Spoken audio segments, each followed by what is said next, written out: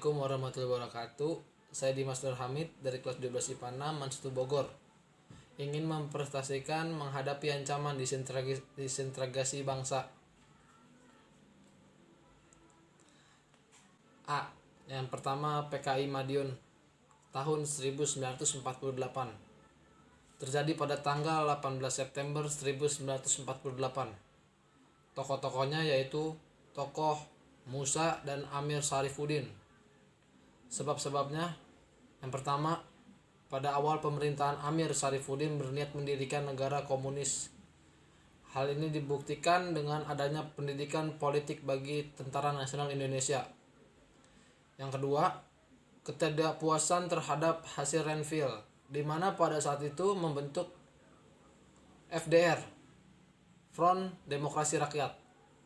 Yang ketiga, Musso bergabung dengan FDR, membuat beberapa kebijakan yang pada intinya mendukung ide-ide komunisme diterapkan di Indonesia. Puncaknya dengan diumumkannya Republik Soviet Indonesia. Yang keempat,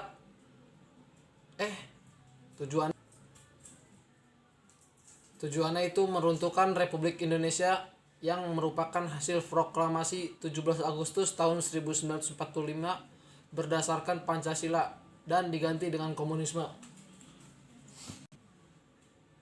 Cara mengatasinya yaitu 1. Soekarno-Hatta melalui pidatonya memberikan pilihan kepada rakyat untuk memilih antara Soekarno-Hatta atau PKI Musso. Yang kedua, Panglima Besar Jenderal Sudirman memerintahkan Kolonel Gatot Subroto dan Sungkono mengerahkan pasukan TNI. Madiun berhasil direbut pada tanggal 30 September 1948. B. Darul Islam Tentara Indonesia Islam. B. Darul Islam atau Tentara Islam Indonesia. 1. Di Jawa Barat. Terjadi pada tanggal 17 Agustus 1949. Tokoh-tokohnya yaitu Sukamarji, Marijan Kartosuwiryo. Sebabnya, penolakan Kartosuwiryo terhadap perjanjian Renville yang mengharuskan TNI di kantong hijrah ke Yogyakarta. Pada waktu itu, Kartosuwiryo berada di Jawa Barat dan memproklamasikan berdirinya Negara Islam Indonesia. Cara mengatasinya: 1. Operasi militer pada tanggal 27 Agustus 1949. Yang kedua, Operasi Bharatayuda. 2. Sekarang di Jawa Tengah. Terjadi pada tanggal 23 Agustus 1949. Tokoh-tokohnya Amir Fatah dan Kiai Sumo Langu. Sebab: 1. Adanya persamaan ideologi antara Amir Fatah dengan S.M. Kartosuwiryo, yaitu keduanya menjadi pendukung setia ideologi Islam. 2. Amir Fatah dan para pendukungnya menganggap bahwa aparatur pemerintah Republik Indonesia dan Tentara Republik Indonesia yang bertugas di daerah Tegal sampai dengan Brebes telah terpengaruh oleh orang-orang kiri dan mengganggu perjuangan umat Islam. 3. Adanya pengaruh orang-orang kiri tersebut, pemerintah Republik Indonesia dan TNI tidak menghargai perjuangan Amir dan para pendukungnya. Selama itu di daerah Tegal sampai dengan Brebes, bahwa kekuasaan yang telah dibinanya sebelum agresi militer 2 harus diserahkan kepada TNI di bawah Wong Sotomoje. 4. Adanya pemerintah penangkapan dirinya oleh Mayor Wong Sotomojo. Artinya tahun 1957 ditumpas melalui operasi gerakan Benteng Nasional dari Divisi Diponegoro. Yang ketiga, di Aceh. Terjadi pada tanggal pemberontakan di Aceh dimulai dengan proklamasi Daud Berauh bahwa Aceh merupakan bagian di negara Islam Indonesia di bawah pimpinan Imam Kartosuwirjo pada tanggal 20 September 1953. Tokohnya yaitu Daud Berauh. Sebab 1. Persoalan otonomi daerah. 2. Pertentangan antara golongan. Yang ketiga, tidak lancarnya rehabilitas dari modernitas daerah. Cara mengatasinya, pemberontakan Daud Berauh dilakukan dengan suatu musyawarah kerukunan rakyat Aceh pada bulan Desember 1962 atas prakarsa Panglima Kodam 1 Iskandar Muda, Kolonel Jenderal Makarawong. Ada di Sulawesi Selatan. Terjadi pada tanggal 17 Agustus 1951. Tokohnya yaitu Kahar Mujakar. Sebabnya pada tanggal 30 April 1950 Kahar Mujakar menuntut kepada pemerintah agar pasukannya yang tergabung dalam Komando Gerilya Sulawesi Selatan dimasukkan ke dalam Angkatan Perang Republik Indonesia Serikat. Tuntutan ini ditolak karena harus melalui penyaringan. Cara mengatasinya yaitu 1. Operasi militer. 2. Pada bulan Februari tahun 1965 Kahar Mujakar berhasil ditangkap dan ditembak mati sehingga pemberontakan di Sulawesi dapat dipadamkan. Lalu selanjutnya di Kalimantan Selatan. Ini yang kelima. Terjadi pada bulan Oktober 1950.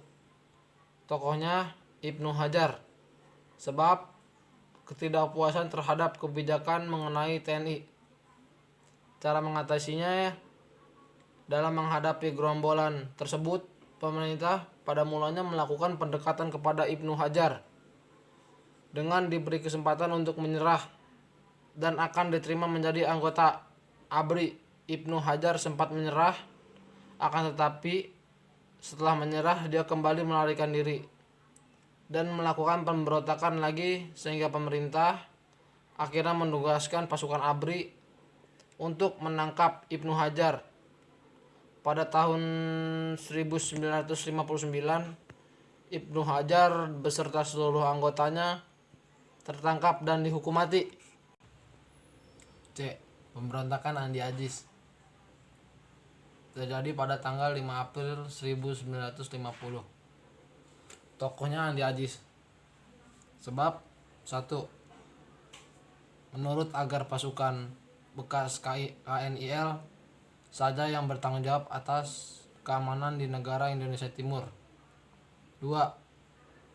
Menentang masuknya pasukan APRIS dari TNI. 3. Mempertahankan agar tetap berdirinya negara Indonesia Timur. Cara mengatasi. C. Pemberontakan Andi Aziz. Terjadi pada tanggal 5 April tahun 1950. Tokoh-tokohnya Andi Aziz. Sebab 1. Menurut agar pasukan bekas KNIL saja yang bertanggung jawab atas keamanan di negara Indonesia bagian timur. 2. Menentang masuknya pasukan APRIS dari TNI. 3. Tetap berdirinya negara Indonesia Timur. Cara mengatasi. 1. Pada tanggal 8 April 1950 dikeluarkan ultimatum bahwa dalam waktu 4x24 jam Andi Aziz harus melaporkan diri ke Jakarta untuk mempertanggungjawabkan atas perbuatannya. Pasukannya harus dikonsiliasi, senjata-senjata dikembalikan, dan semua tawanan harus dilepaskan.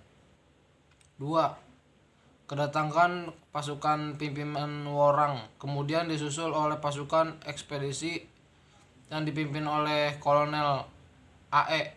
Kawiralang pada tanggal 26 April 1950 dengan kekuatan 2 brigade dan 1 batalion, di antaranya adalah Brigade Mataram yang dipimpin oleh Letnan Kolonel Soeharto dan Kapten Andi Ajis dihadapkan ke pengadilan militer di Yogyakarta untuk mempertanggungjawabkan perbuatannya dan dijatuhkan hukumannya. Lalu yang D, Republik Maluku Selatan RMS, terjadi pada tanggal 25 April 1950. Tokoh-tokohnya yaitu Soumokil, J.H. Manuhutu, Franz Tutu Hatewa. Sebab mendirikan negara sendiri. Cara mengatasi menggunakan pasukan ekspedisi yang dipimpin oleh Kolonel A.E. Kawilarang. E. PRRI atau Permesta. Awal peristiwanya pemerintahan revolusioner Republik Indonesia merupakan salah satu gerakan pertentangan antar pemerintah daerah dengan pemerintah pusat, yaitu di Jakarta, yang dideklarasikan pada tanggal 15 Februari 1958. Tokohnya dengan keluarnya ultimatum dari Dewan Perjuangan yang dipimpin oleh Letkol Ahmad Hussein di Padang, Sumatera Barat, Indonesia.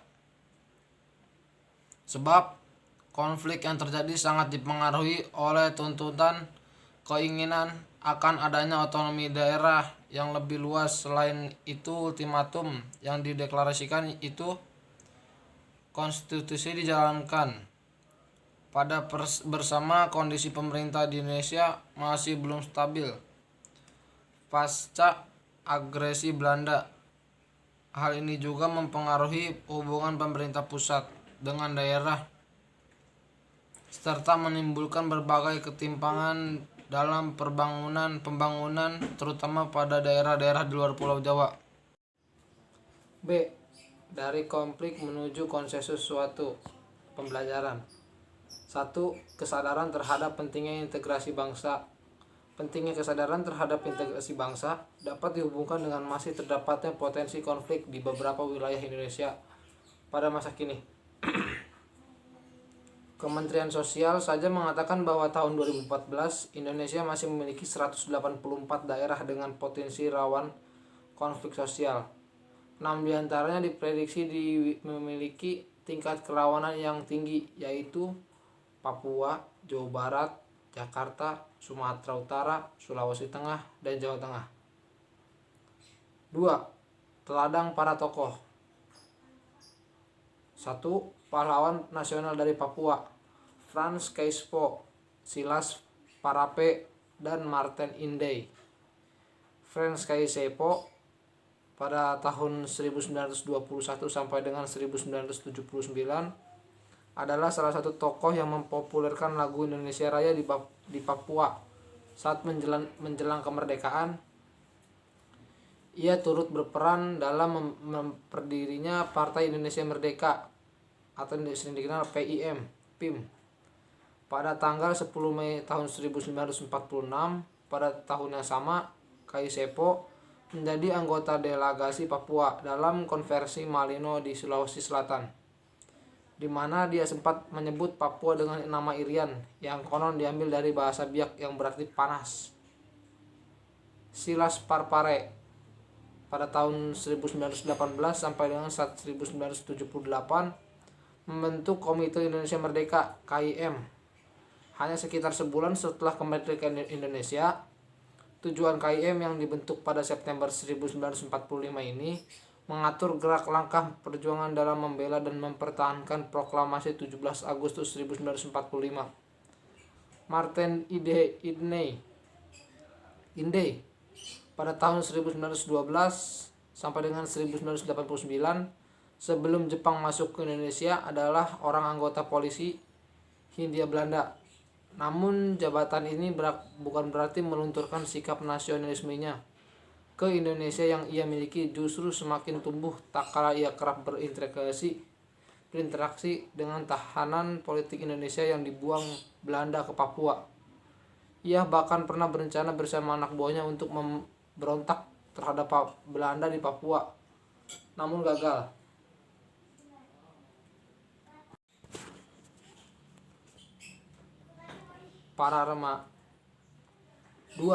Para remaja yang berkorban untuk bangsa Sultan Hamengkubuwono IX dan Sultan Syarif Hasim II. Sultan Hamengkubuwono IX pada tahun 1912 sampai dengan 1988. Ketika Sultan Hamengkubuwono IX dinobatkan sebagai Raja Yogyakarta, ia dengan tegas menunjukkan sikap nasionalismenya. Pada tanggal 5 September 1945, Sultan Hamengkubuwono IX memberikan amanat bahwa 1. Yogyakarta Hadiningrat yang bersifat kerajaan adalah daerah istimewa dari Republik Indonesia. 2. Segala kekuasaan dalam negeri Yogyakarta Hadiningrat dan urusan pemerintahan berada di tangan Hamengkubuwono IX.